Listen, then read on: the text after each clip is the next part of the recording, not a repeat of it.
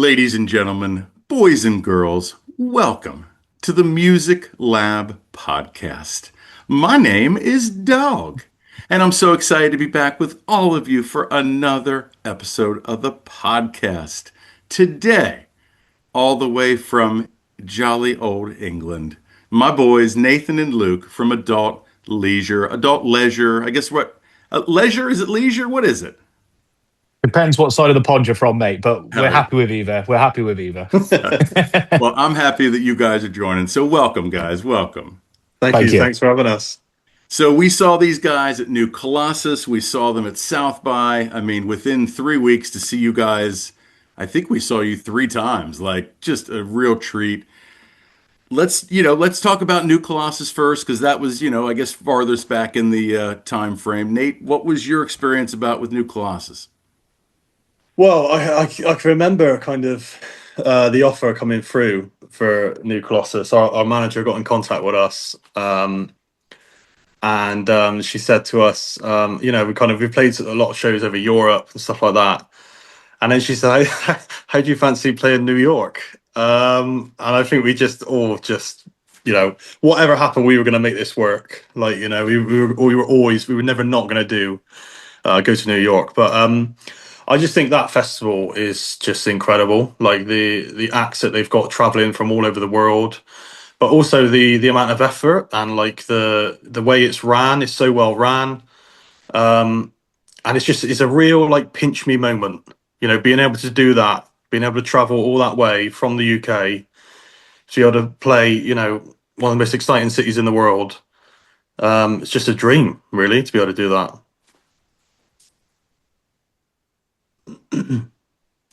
Luke, what do you think? Yeah, so I mean, going to New York is like, that's daunting because like quite a lot of my influences are from New York. You got like the Ramones, Talking Heads, the Strokes, and especially on that Lower East Side as well. So it's like, it's the same caliber as like London, it's just music, like heritage as a city. And yeah, I mean it when you start like a band with like friends and you kind of don't really think you're going to get to like New York to play. So I think it was very humbling, if I'm being honest. Like when we got there, I was like, this is absolutely incredible. But we met some great people there. Personally, I played the best show we've ever played at Pianos. That's the best atmosphere I've seen, the best gig I've ever played before in my life. So yeah, I absolutely loved it. Every second of that trip. Did you guys have any visa issues? Like, talk about like the cost, there was a lot of like stuff that got you here, correct? It wasn't just a, hop on a plane. Yeah, there's quite a lot involved to be able to get to play in the States. Yeah, so there's quite a lot of hoops that we had to jump through. But yeah, we were never not gonna, we were always gonna make it work. And obviously, the cost to us was enormous. I mean, we all it was all kind of personally financed by us. We didn't have any funding, nothing like that. So we all kind of had to put our hands in our pockets for to get there to the States. And then obviously after that we had other kind of shows in the States as well, which obviously is great, but obviously that adds on more costs. We're staying out there for longer. But yeah, we were really lucky, that we were able to kind of make, kind of financially make it work, ourselves, because we're not we're definitely not wealthy people in the slightest. Do you know what I mean? So I think there was a lot of bank loans to be able to get us to the States. Luke, you want to comment on that, or did he take care of it? Yeah, no, that's pretty much it, to be honest. Yeah, there was no issues with visas. But do you know what? Whenever I go to America, because I was supposed to study there when I was like 21, I think, and I didn't actually end up going. So I always get pulled into the room, and they're like, "Oh, you've got this open visa." That's like the only bit of issue that I ever get anyway. But no, it's pretty smooth sailing. Like the visas and everything was all great. New Colossus was really helpful with that. So was South by, telling us what to do and stuff. So yeah, And you pretty guys cool. how many shows did you do at New Colossus? How Four? many did we do? Four? Was We it did four in the end? Baker's Falls, New Blue, Pianos. Pianos. No, it's free. It's free. Three shows. Yeah, free. Yeah, Yeah. free. Yeah. Three amazing venues as well. Like, I'm pretty sure every venue in New York is incredible, but it's three of those. Like New Blue was wow. Like when you step in there and the kind of like the huge stage up the back, and I've seen photos of it like prior, and I think sometimes they open the top deck and you can even stand up behind the band at New Blue. Is amazing venue, and pianos as well. Was great. What was Yeah. cool about it is you were in New York City, but like you really felt like you were just in a neighborhood. Like, you didn't feel like the backdrop of the city, like, that was this like, presence over it. Did you feel that way too? I'll let you take that one, Luke. Yeah. Did I feel? I definitely felt the weight and presence of New York there. Okay. I can definitely say that. Yeah. Yeah. I think point one is the first time we played in America, and our American fan base, like if we just look at simple metrics like Spotify and Instagram, has really like shot up in the last 6 to 12 months, especially since the album. So you kind of always worry, are people going to be there like as well when you're playing like new places? And I think like when we played the first show and it was like really busy, I was like, oh, like. And everyone you speak to who are from outside of New York as well always say the same thing. They're like, if New York gets you, everyone's going to get you. And it's very similar to like London and Manchester, that sort of thing. So my God, I could feel the weight of that city, but in the best way. Like it was like a really cool pressure to have, I think, because it's so iconic. Was there a band or bands that you guys kind of gravitated to or connected with while you guys were there? I think we saw a band called Feet. Who were really great. Can't remember where we see them now, but they definitely left an imprint on me. Really great live band. Who else do we connect with, Luke, when we were out there? So we had Jade, our manager, has another band over there called Oswald Slane, and we went and saw them a couple of times and met up with those guys, just because we know them from back in Bristol. And Baker Falls, after us, there was this like Canadian French like post-punk band on. I forgot their name, right? But they were Chosen absolutely Savages. Chosen Savages. Yeah, something like that. But they were absolutely incredible. They were so good. They were like one of the good. Yeah, one of the bands best I've seen in ages. The front man really gave me like Viagra Boys vibes. Like when he was in the audience, he was like jumping up on stuff, climbing stuff. Really great live performance. But yeah, definitely check them out. Okay. Yeah, I saw them on the lineup. I just didn't catch them. So I mean, we were literally there, like our New Colossus story. We literally were there for 36 hours, and we saw 13 bands. Oh wow. That's incredible. Yeah, so I mean, but what was nice about that, and we'll get into this, but like, because this past South by, this was my 9th time going down there to cover it, right? So, South by, I know like kind of like the back of my hand. What I loved about this festival was not only was it like within walking distance, but like what made it even better is like you didn't have to like choose band over band, like where you had your favorite band playing at the same time. Like that didn't really happen with New Colossus. It was really like structured nicely, I felt. Yeah, definitely. We managed to get around everything we wanted to see. I don't think there was one clash, and I think the way they times it, don't they stagger the times quite well there across the venues, and everything's quite close by. You can walk around easy and get to everything. So yeah, the setup they got there is great. Yeah. So playing like what was it, a 20-minute, 30-minute set list, is that hard to come up with like a set list when you have that short of a set, or do you guys just kind of like go with the flow? Nah, so we have practiced and rehearsed that set list quite a lot. And we made sure that it was to a standard like we were really happy with. A lot of discussions just around what songs to choose, like how does this fit? How would this fit in the sort of set? So it's probably like one of the one of the things that we're actually really quite serious about and really take a lot of pride in, like putting a lot of work in. Um, yeah, I just think that's just the style of the songs that we do. It has to be quite thought out, to be honest. Like if we were like a post punk band, for example, like you kind of like, you get away with like, because it's cool. That's like the DIY feel to it. But yeah, for us, it was like we had to make sure how we wanted it to be as more of like a, and it sounds really like corny what I'm going to say now, but like more of an experience of how it looks. And yeah, so a lot of thought goes into it. Yeah, Yeah, you I think feel that we. same way. Yeah.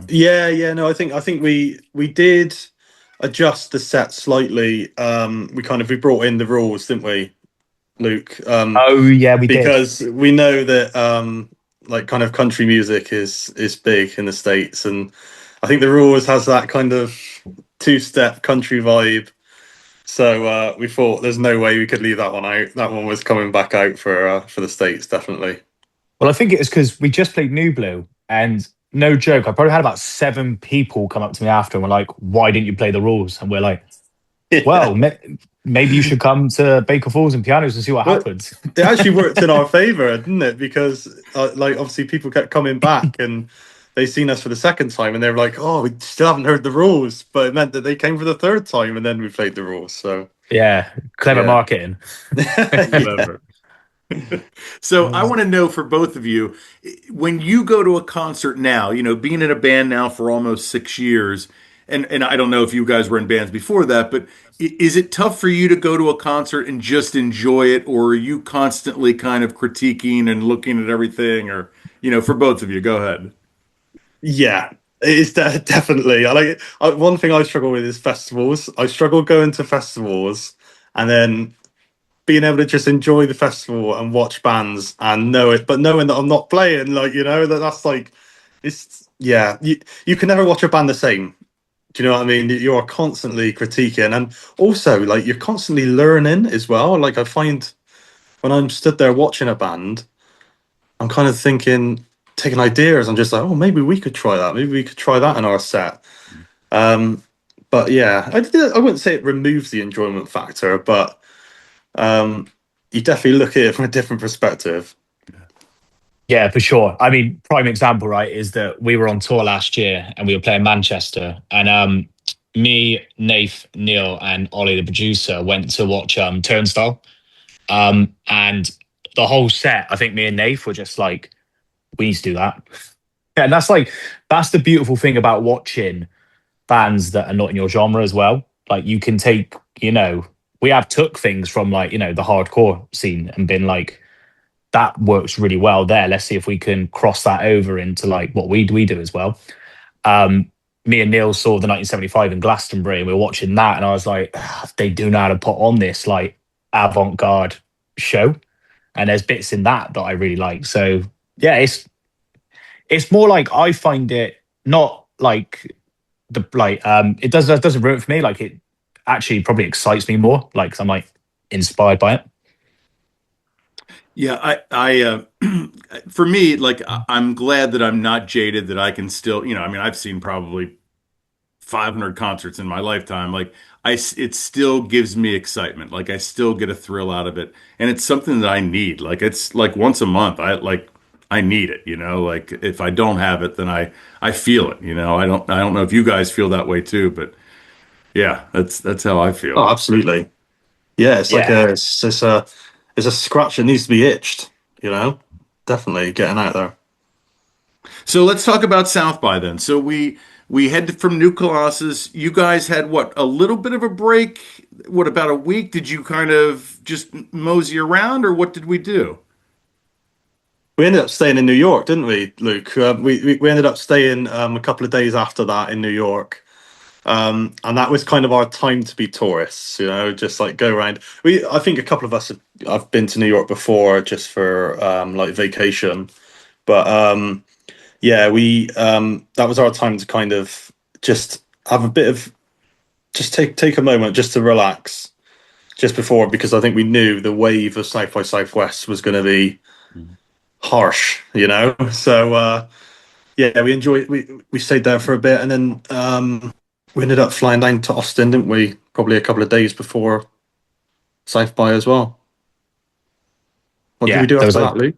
Yeah, there was like a so we were in New York until so we played on the Friday night as the last show at Pianos, and then we flew out on Monday morning. So we had a couple of days off, and we had a couple of days before we started the shows in New York as well. But we only had about 2 or 3 days before we started playing South by as well. And South by was a bit more nuts because you had like offers of shows coming in as well when you're there. So like there was more stuff coming through that we were trying to make work, or we couldn't work, or whatever. But yeah, it was like 19 days in total, I think, or 20 days that we were away for, and like it was split pretty even. Actually, it was like 9 in New York and 10 in Austin, I think. So, I mean, that's a great segue. So, to talk about that, I mean, because a lot of people that aren't familiar with South by, like you kind of, before you get there, you kind of have an idea of the shows you're playing. But to your point, I mean, like while you're there, you're getting offers left and right. Like, kind of talk about that experience and how that was kind of a little bit, probably a new experience for you guys, correct?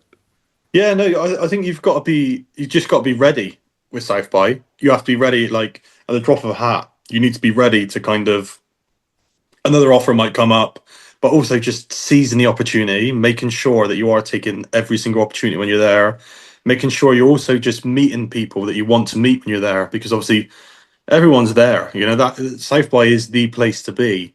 All the people that you want to be in front of are at South by. So it's yeah, you just have to make sure you're well rested somehow, um, but ready for anything that can come up. I think we had a good couple of offers, didn't we? Come up, and yeah, you've just got to go for it. No matter how tired you are, you just got to do it. So, how many shows did we end up doing then for South by?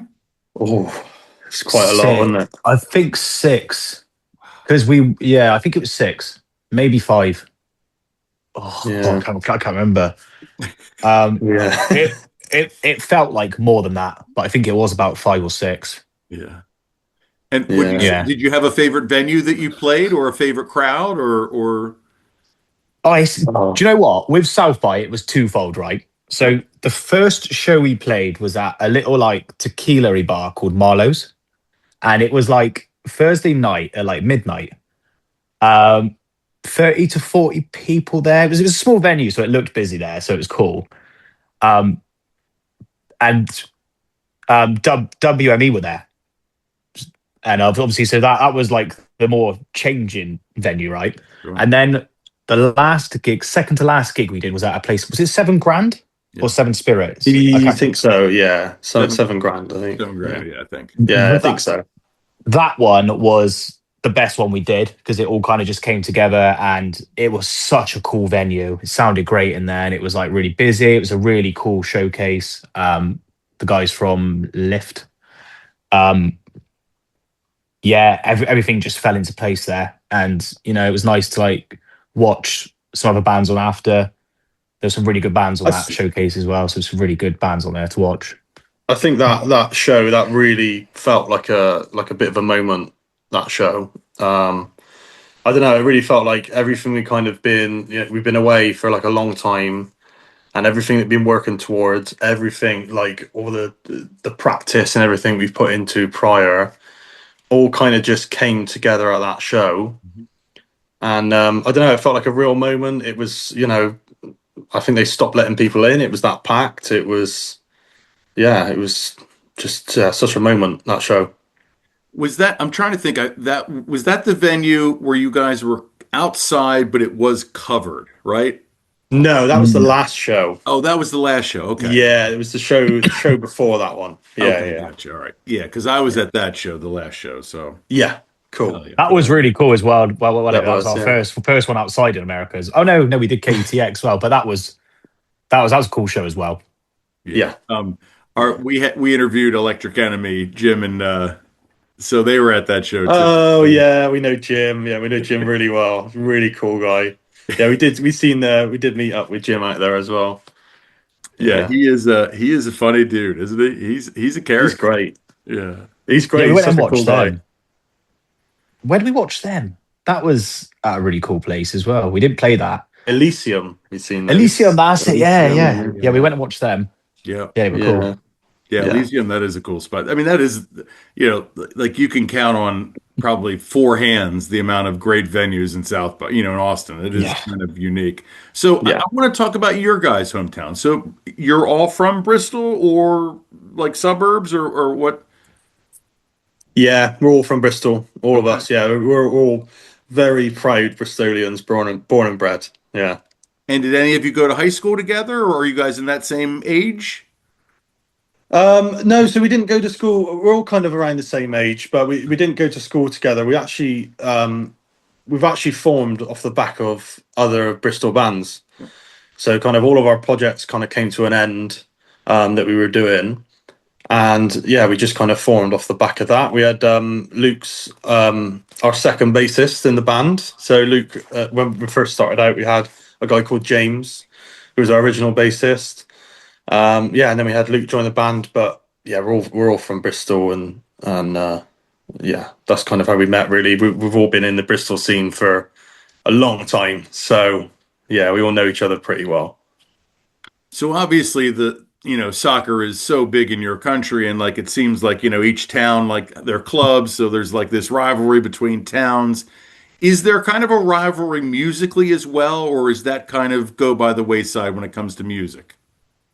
Um, Bristol, the south versus like the north in Bristol's a bit different anyway. Northern bands seems to look after their own a lot more. In the south, because we're not really, so Bristol's always been, well, especially like the last, like I would say, like 5 to 7 years, has been very post-punky. So you saw like the rise of like Idols, which kind of like opened up that post-punk sound in Bristol. And because we were never, well, we're not post-punk as a band, to be honest. Like we might have a few songs that are a bit more lean to that side. We've not really been in that scene, so we've never really like experienced that sort of like competitive sort of thing. I think because we're without sounding like really like egotistical here, our sound's very different. So we're kind of not really ever compared to any band in Bristol at all. So we don't ever get that. Um, but all the like quite a lot of bands that like we're friends with, like so get like the Get Down Services boys, like they're great. Like especially Nathan, Dave were quite close to those guys. Um, I'm just trying to think who else you've got who like we kind of speak to. Grandma's House from Bristol, and they were over at South by Oswald Slane from Bristol. Um, Heavy Lungs, good band from Bristol as well. Um, I've never personally experienced it, to be honest. Definitely not with like Bristol based bands. Yeah. And what about music venues? Like, are the music venues pretty like open to indie unsigned bands, or do you have to be a cover band and a headliner? No, Bristol is all for upcoming bands hugely. Like there's a huge support network in Bristol. You've got bands like Louisiana. The Louisiana is incredibly iconic. Everyone's played there. Even if you go in there, they've got like old posters on the wall, like Muse, Coldplay. Like they've all played the Louis. And you've got like we did go through a bit of a patch in Bristol where we started to. Well, I mean this is the case all over the UK, but we went through a bit of a stage where we started to lose grassroots music venues. Obviously, incredibly sad moment. But it looks like in Bristol, we've started to kind of claw that back, and we've started to have more music venues opening up. There's a venue in a place called Stokes Croft, which is called Crofters Rights. That's just opened up again. That was shut for probably over 10 years, I'd say. Um, but there's a lot of music in Bristol, and I think people in the UK are really starting to talk about Bristol as like a to second or a third to kind of Manchester and London. But the scene here is great. But like Luke said, it's kind of a post punk scene. So we're kind of a bit different. We're not post punky. We're kind of more poppy, but that kind of works. And you know, that's fine if we need to kind of move on from Bristol as well. I'm also happy with that. So So what about radio stations? Because I know you guys have the BBC, that's your national, but like, do you have a lot of local like radio stations? Because like in America now, it's kind of iHeartRadio and then like everything else. So like, is that how's like the structure, and is it still like good for bands that aren't like Taylor Swift? Yeah, there's some good stations. There are some good local stations. I'd say kind of like it is Radio One, BBC Radio One's like your benchmark that you want to get to, and Radio Six is probably Steve Lamacq is probably like the guy who probably pushes and pioneers more of that like new indie sort of like bands.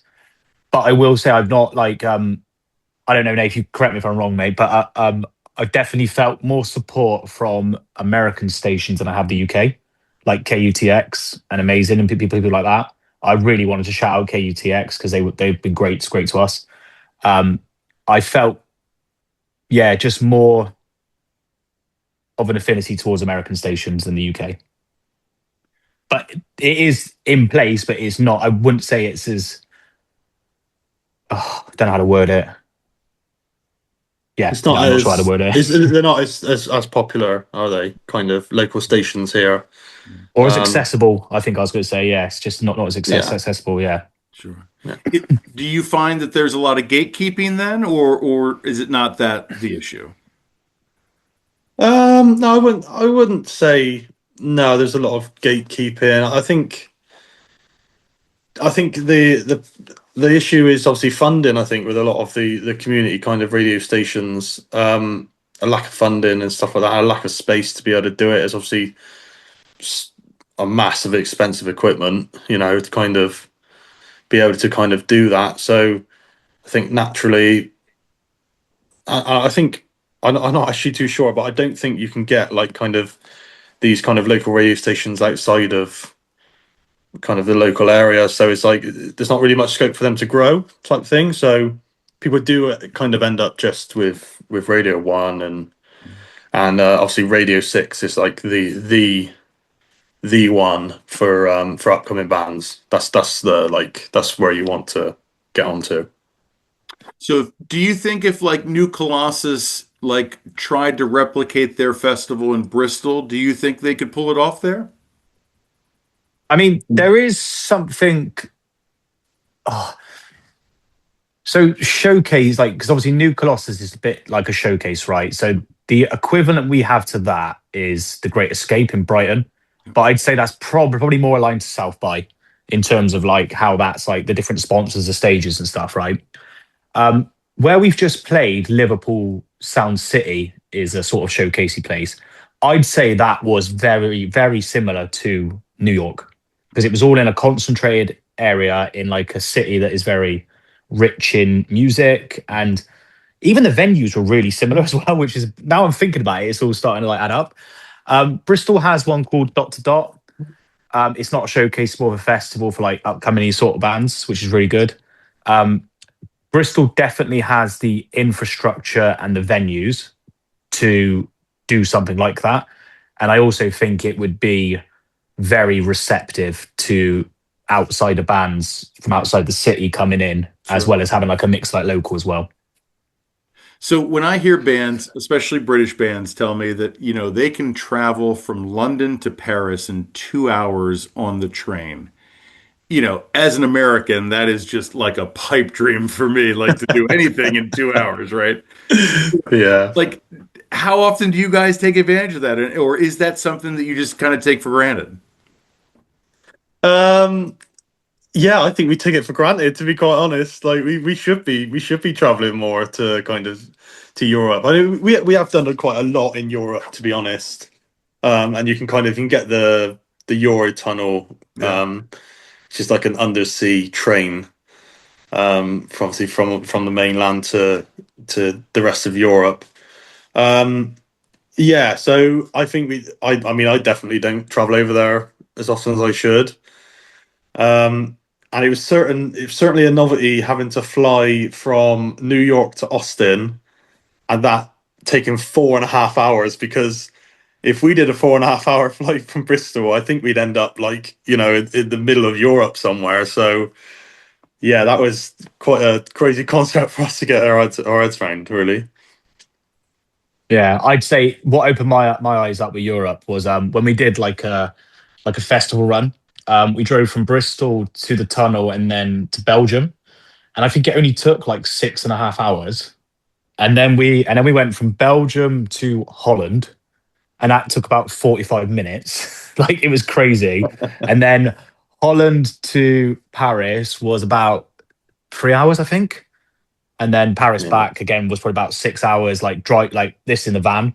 And it opened my eyes up there because I was like, we've probably done about 10 hours driving and we've just gone for about three different countries. So that was Yeah, pretty but crazy. Yeah. it's also freedom of movement, isn't there, as well, between the countries? So you don't kind of Yeah. get to a border and there's a hard stop and you present your passport. You just kind of drive along, and all of a sudden you're in the Netherlands, or Yeah. you're in Belgium all of a sudden, and it just happens with a sign on the road. So yeah, And it's all the same currency now, right? Because everybody's on the euro. So I mean, that makes it even easier too, right? Exactly. Yeah. yeah, exactly, yeah, yeah.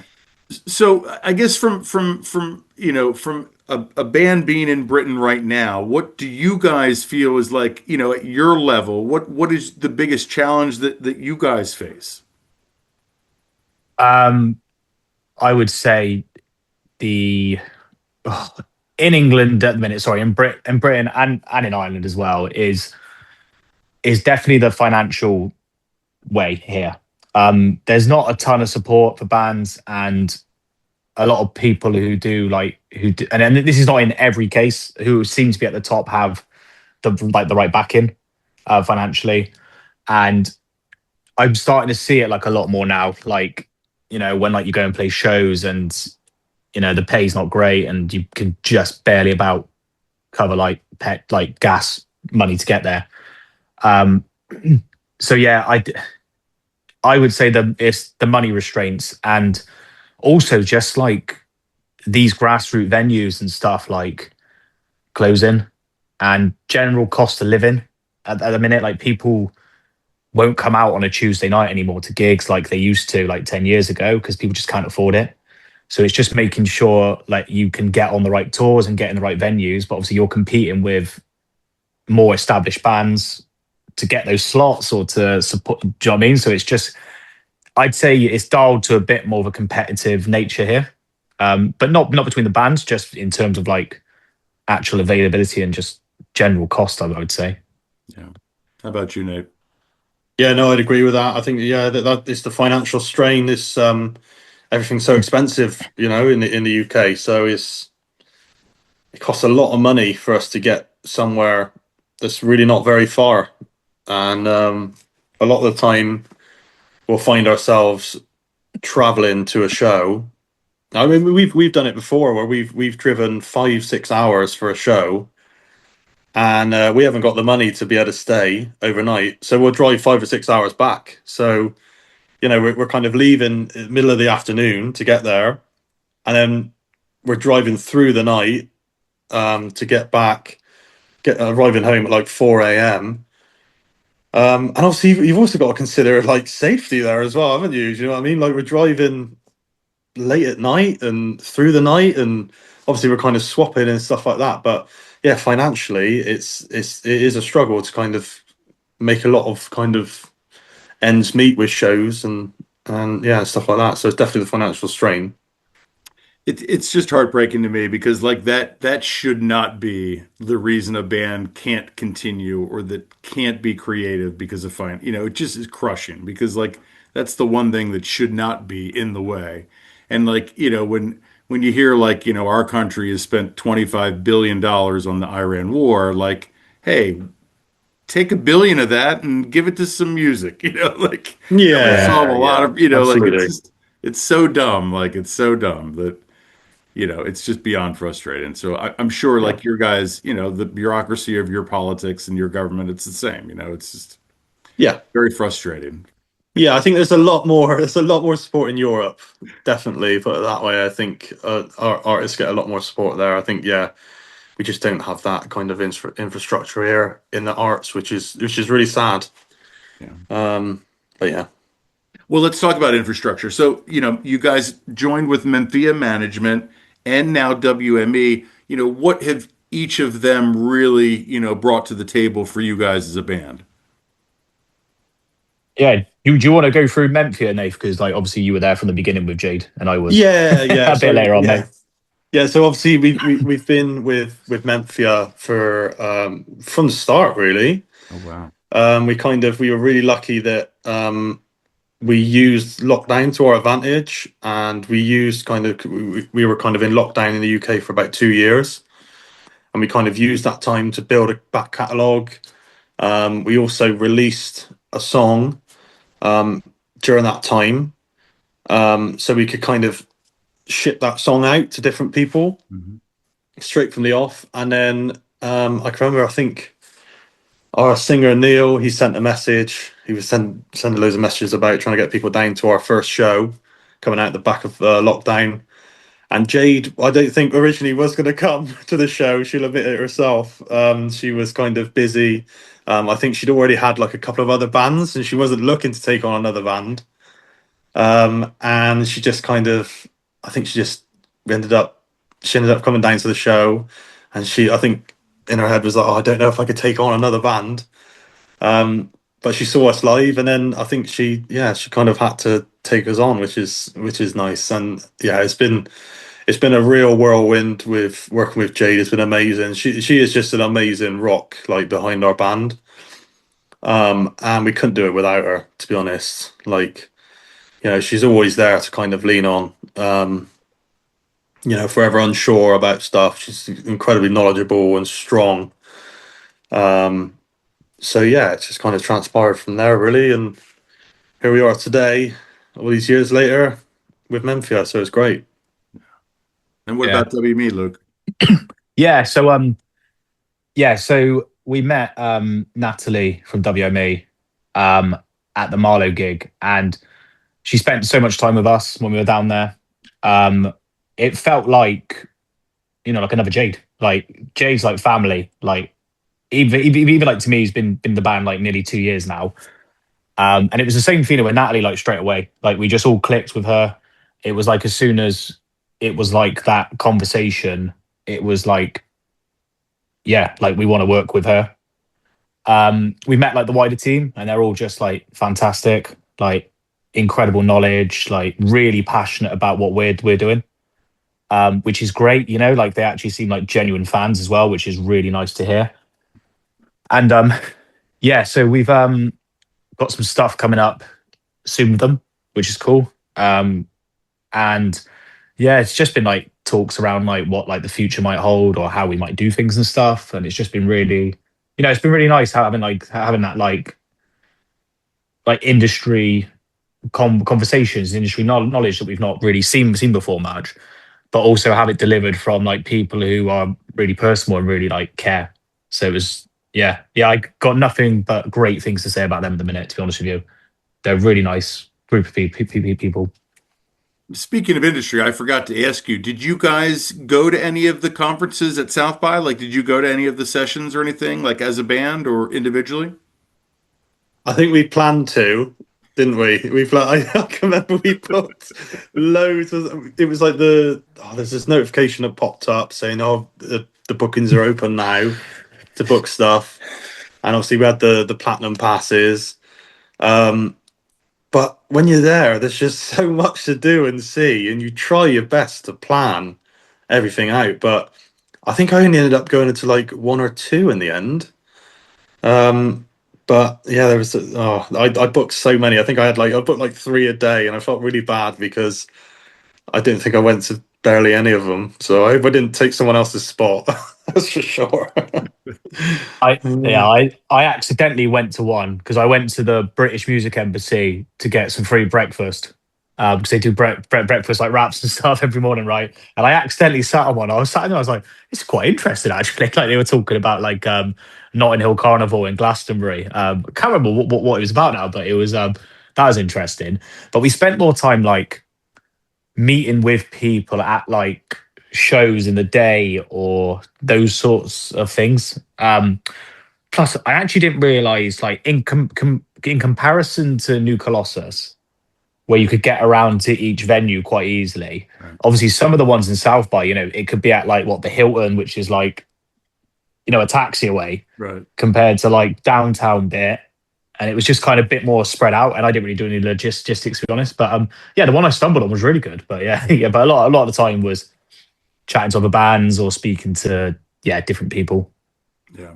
So you guys have mentioned Glastonbury a couple times. So I will let you know. So I will be 50 next year, and I've never been to Europe. I've been to a lot of the world, but I've never been to Europe. So my bucket list next year, because they're taking a fallow year this year, and because I think Radiohead and or Oasis have a good chance of playing next year, Yeah. we're gonna go. So Amazing. Yeah. as Glastonbury alums, as fans, like, can you give me a little lowdown? Like, what can I expect? Like, what should I prepare for? It is Glastonbury is another world. Like, it is literally like you stepped into another world. There's nothing else like it on the planet. Anything goes at Glastonbury. Anything can happen. There's something for everyone. It is incredibly hard to get tickets. Really hard. I mean, you have to. I don't know. They've kind of got like a lot of kind of bots and stuff now, haven't they? Kind of snapping up tickets.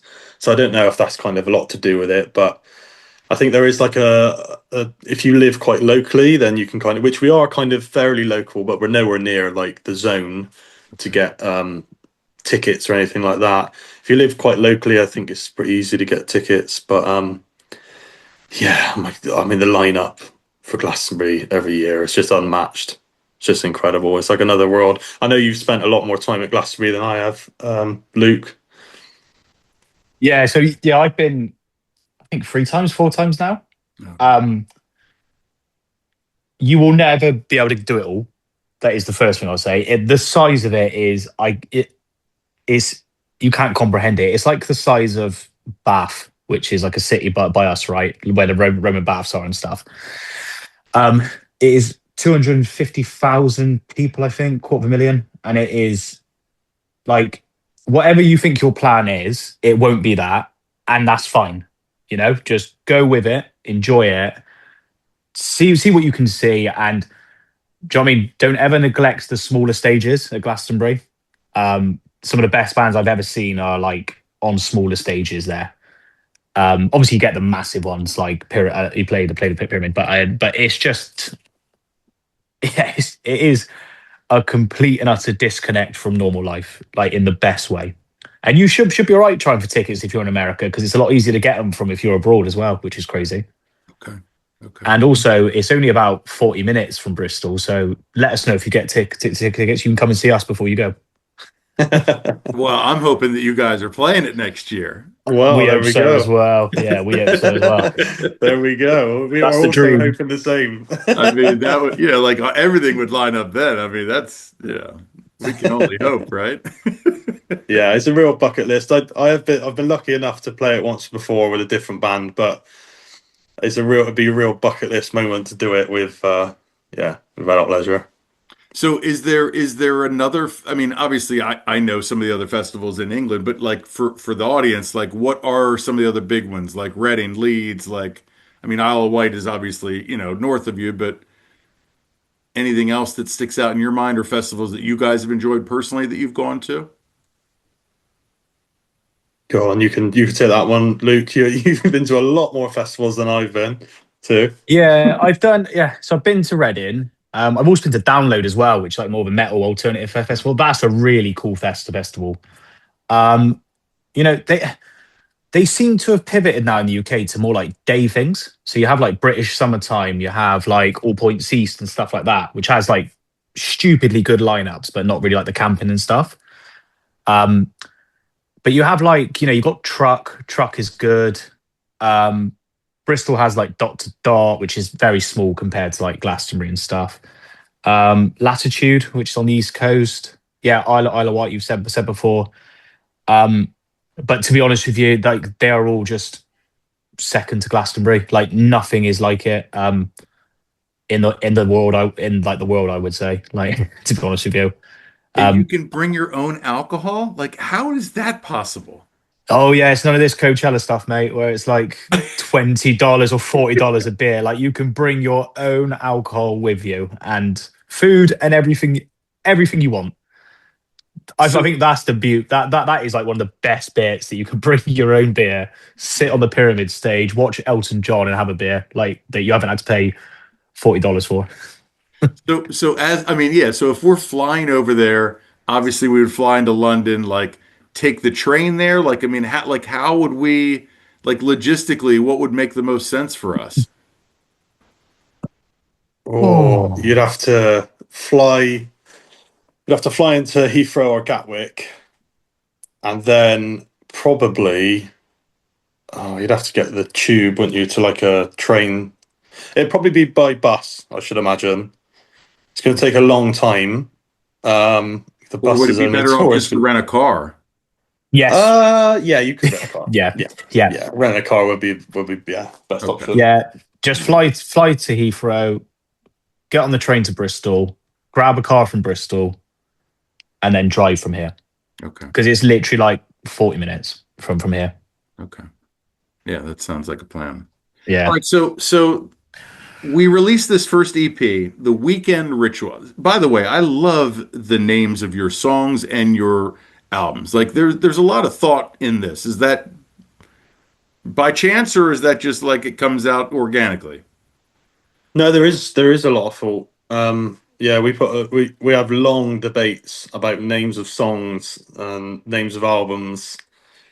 Yeah, it becomes quite a contentious subject a lot of the time, especially more recently with A View from Our Window. I can't remember what we wanted to call it originally, but I can remember it was all me where I was like, no, we cannot call it that. We need something a bit more kind of interesting, you know. But yeah, it's definitely very thought out. We're kind of all kind of, yeah, that's kind of our way of thinking. We don't like to name songs too on the nose. But yeah. So when I saw you guys live, when you watch Neil, his stage presence, his, like, the intensity behind his eyes, like, it's a very unique, like, or not unique. It's very gravitating. Like, do you guys feel that as a band, as bandmates, or is it hard to feel that because you're not in the audience? I mean, I've known Neil for like 18 years. So I'm used to it now. Like I was in a band with Neil before, but no, he's an incredible frontman. And like, yeah, I think when you're playing, you kind of just forget that he's jumping around and like dancing. You just forget, like, because you're just like looking at the crowd or playing your music. But then when you watch the videos back, you're like, oh yeah, yeah, like he's going now. Do you know what I mean? Like he's moving around. But no, he definitely has a very unique way about him with that. And a lot of people really like it. And obviously it's a great extension of us as a band, like, because there's only so much we can do with instruments and stuff. So he definitely carries the torch and he does it really well. Yeah, I love too how he'll, like, he'll look out over the crowd, like he's analyzing each person in the audience.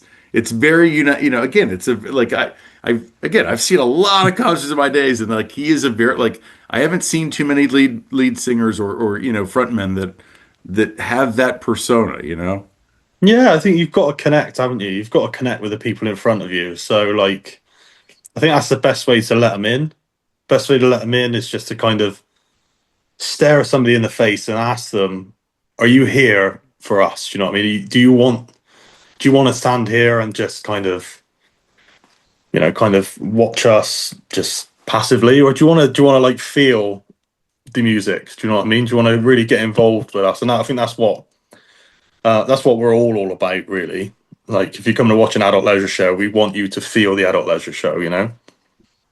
Yeah. And he's really good at encapsulating that like British swagger, like of a frontman, right? Like obviously we grew up with like Oasis, Arctic Monkeys, and it's reserved to an extent, Yeah. which is what he can be like, but he can also be very in your face. Like I think he draws a lot from like I forgot the guy from Future Islands. Like he likes, that sort of like vibe, but then he'll like David Byrne and then still want to have that like swagger like about him as well.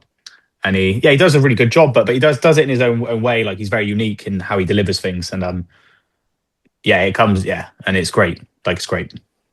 So as a band, I talk to a lot of bands and it's a very divisive subject. So I'll ask both of you, social media, as a band, we recognize that this art, if we want to make it a commodity, social media is a big aspect of that. How much do you guys place importance on social media? Massively on social media. We completely rely on it. I think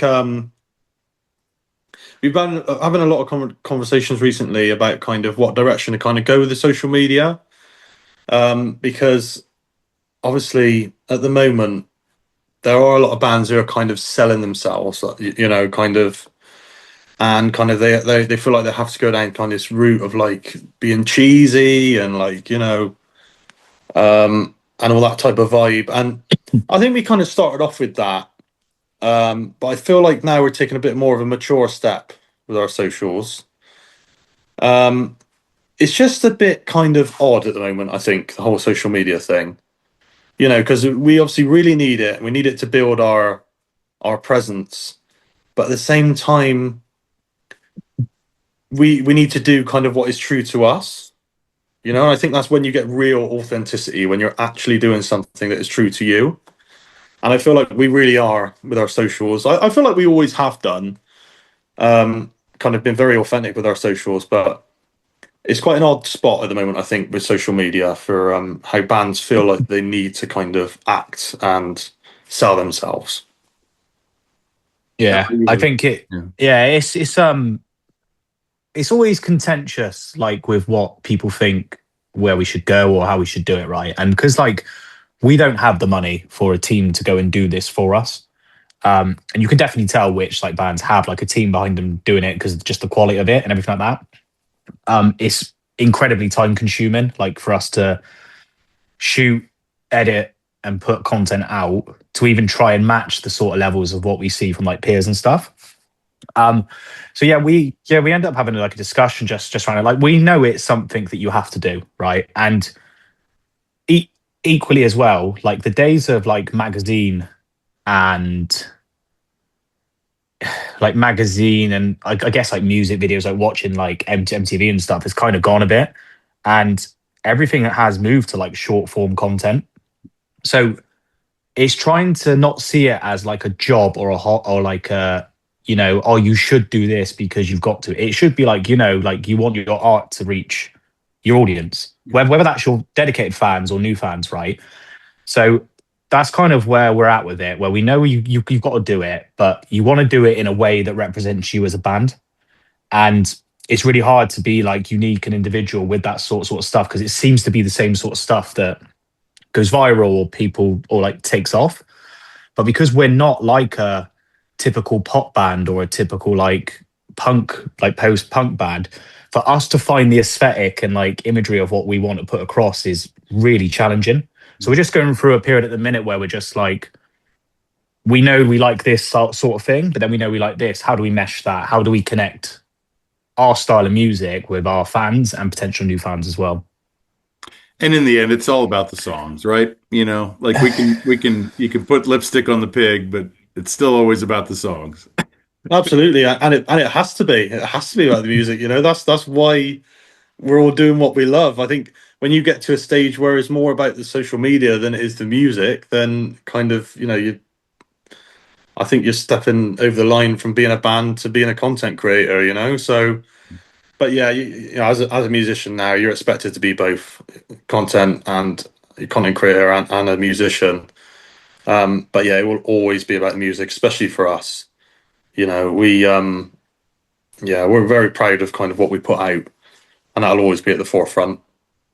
Yeah, I think like just sorry, really quick, it's just that I would rather build a solid fan base like on socials with like solid engagement, right? And then because I want this to be like a career, and you can get a lot of people who just put out like a viral TikTok song, might have millions. Like, well, where are they going to be in a year? Do you know what I mean? Like, so that's why I'm very cautious of like selling yourself a bit cheaply at times as well. Yeah, it is. It's such a delicate balance because, yeah, you don't want to, you want to be creative, but you also want to stay true to yourself. You want to feature your music because that's what we're doing this for. But like, like it's weird. Like this band that I was talking to, like they were like, yeah, we did this video where it's just us like driving in a car with somebody else's music and it got like ridiculous like views. And it's like, all right, Yeah. well, that's great, but like it didn't even have our music in it. Yeah, Yeah, exactly. yeah, It's got at the end of the day, it's got to be relatable to you, hasn't it? You can't just make a viral video for the sake of a viral video. It has to do something for you. It has to. Yeah, yeah. Well, speaking of what's doing it for you, you guys have a busy May. Like, talk about the rest of the May. You have a show tomorrow night, and then the show's the rest of the week of the month. Yeah. Yeah, we've got a ton of shows, haven't we, Luke? What have we got coming up? Sorry, I'm just gonna pull up actually because I actually can't remember because it's that busy. So we just played Liverpool Sound City on Saturday, the 2nd of May. We've got 8th of May, Strange Brew, which is tomorrow. Coming up in Bristol. We're doing some festival. Oh, and then it is festival. We're into festival season then. So we're doing North Shields, which is up by Newcastle, a stone's throw. We're doing the Great Estate, which is in Scoria, which is kind of Falmouth, Cornwall direction down the south of the UK. And then we're going back up to Sheffield the following day. After being all the way down the bottom of the UK, we're going pretty much near the top in Sheffield Okay. for Bring the Noise Festival. And we have got. We're not allowed to say yet, but we have actually got. We're doing like a short run of dates as well with another band, which we can't mention just yet. But so we've got another couple of shows to add to that as well. So I don't think we're going to be home in May, to be quite honest. yeah. It's a crazy end to this month, and I mean, Liverpool Sound City was amazing. Really looking forward to getting back down to Cornwall. We've got a really solid fan base there.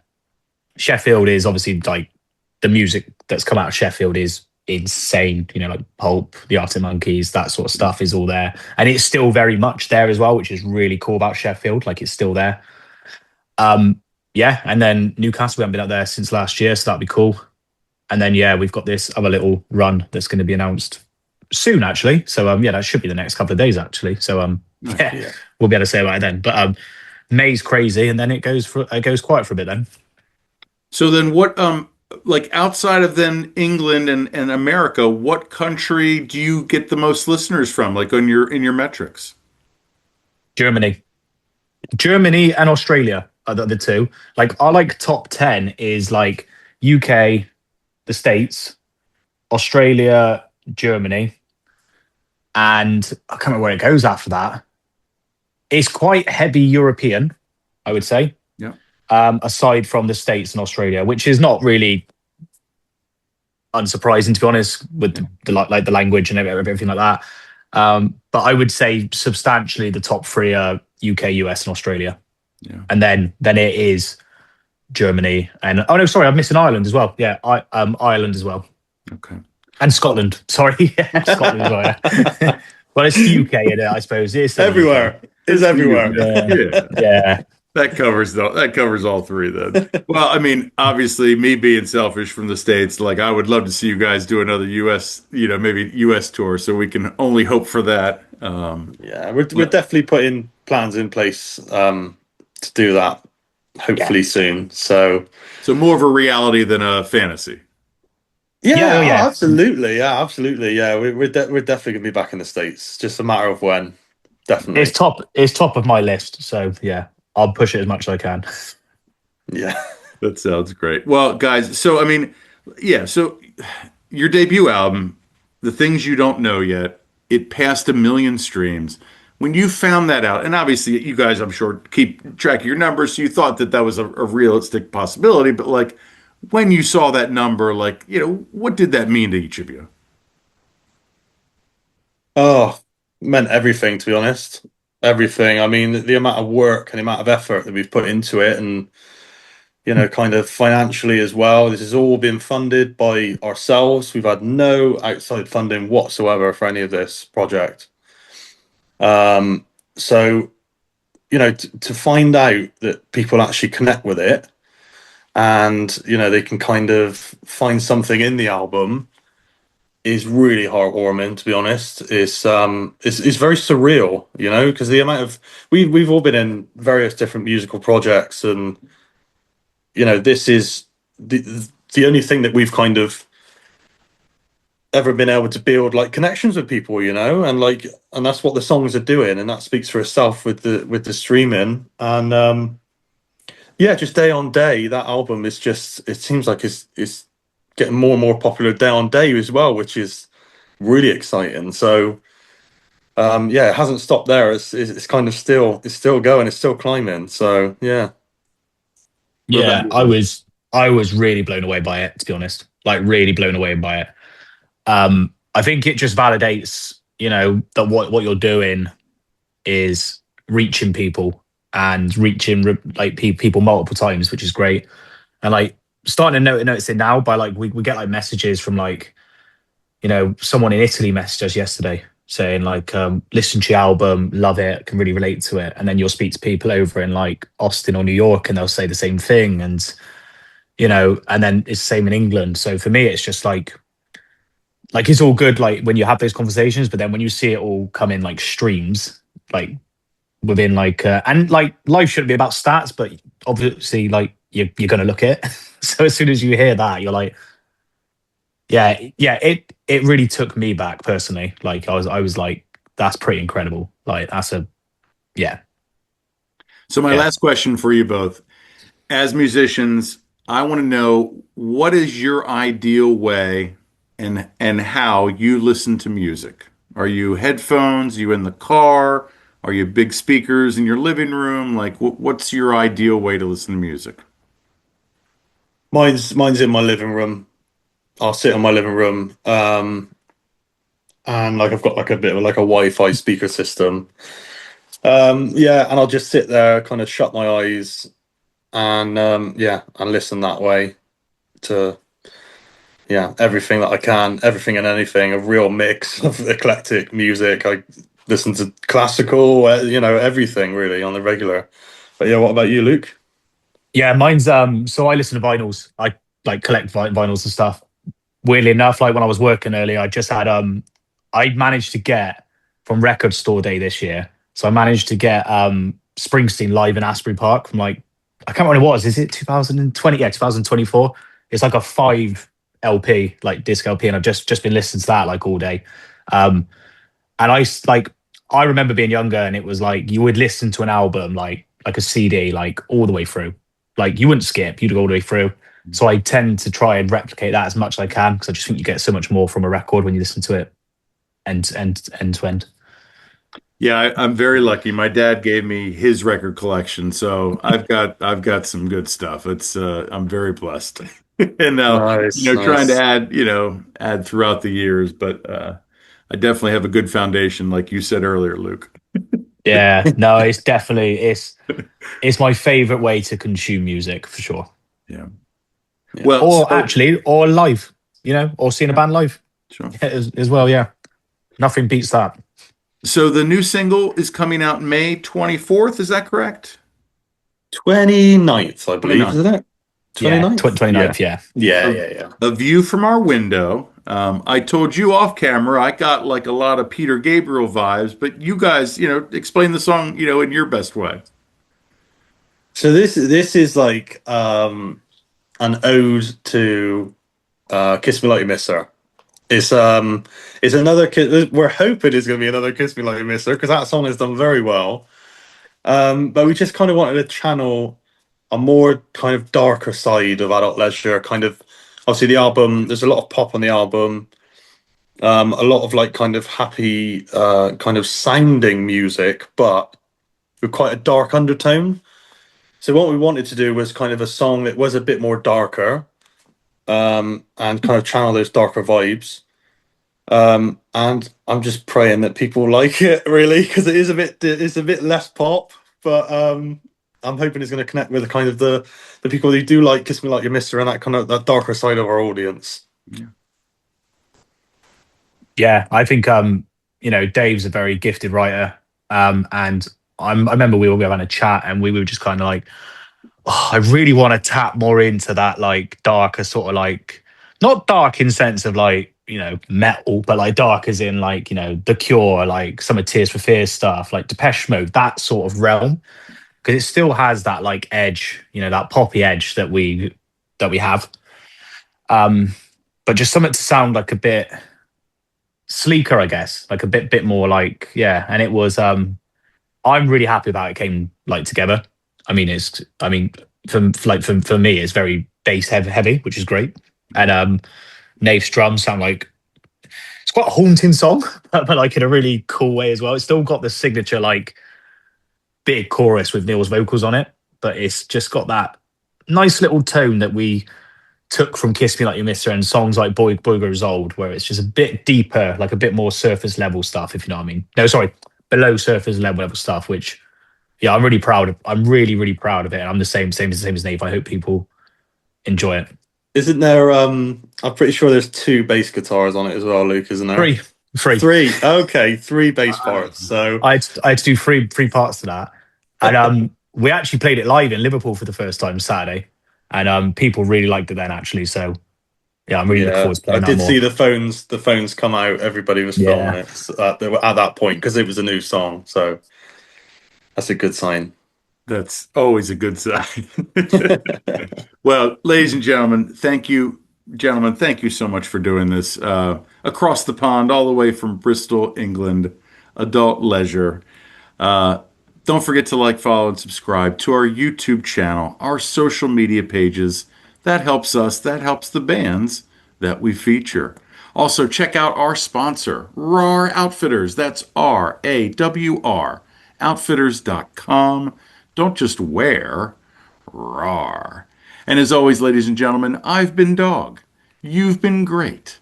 This is the Music Lab Podcast.